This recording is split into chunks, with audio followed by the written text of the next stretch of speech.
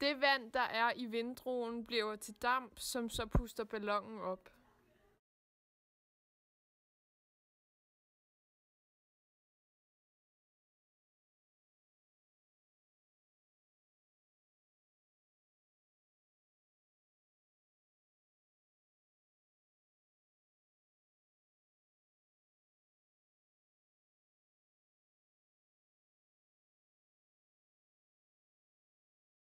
Molekylerne i isen sidder og vibrerer på deres faste plads. De bruger energien fra bunsenbrænder til at rive sig løs fra deres faste plads. Det betyder, at isen går på flydende form, altså vand. Når molekylerne er på flydende form, bruger de energien til at øge hastigheden. Til sidst bevæger de sig så hurtigt, at de hopper ud af vandet. Det betyder, at vandet går på gasform, at det bliver til damp. Så længe der stadig er is i glasset, bruger de energien. Det betyder, at vandet ikke kan blive til damp, før al isen er smeltet.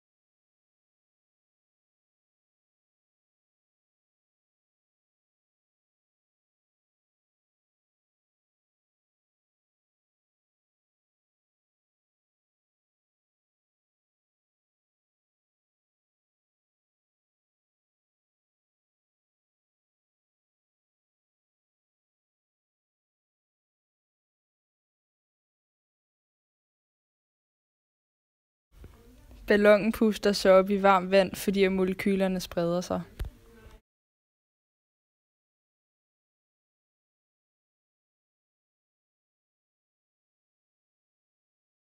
Og når den kommer i koldt vand, mister den energi og trækker sig sammen.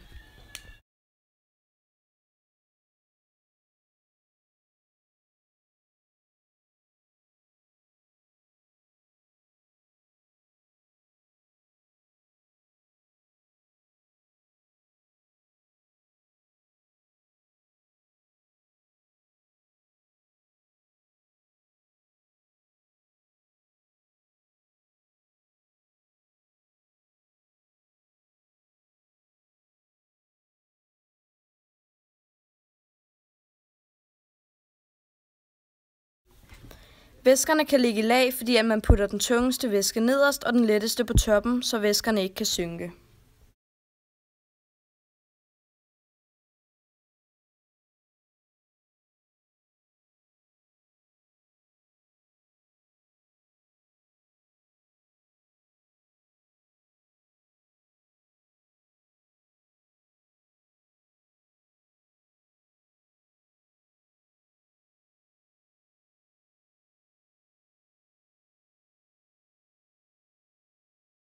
Vand udvider sig, olie bliver mindre, og sprit kan ikke fryse. Vand er noget særligt, fordi at iskrystaller fylder mere end det flydende vand.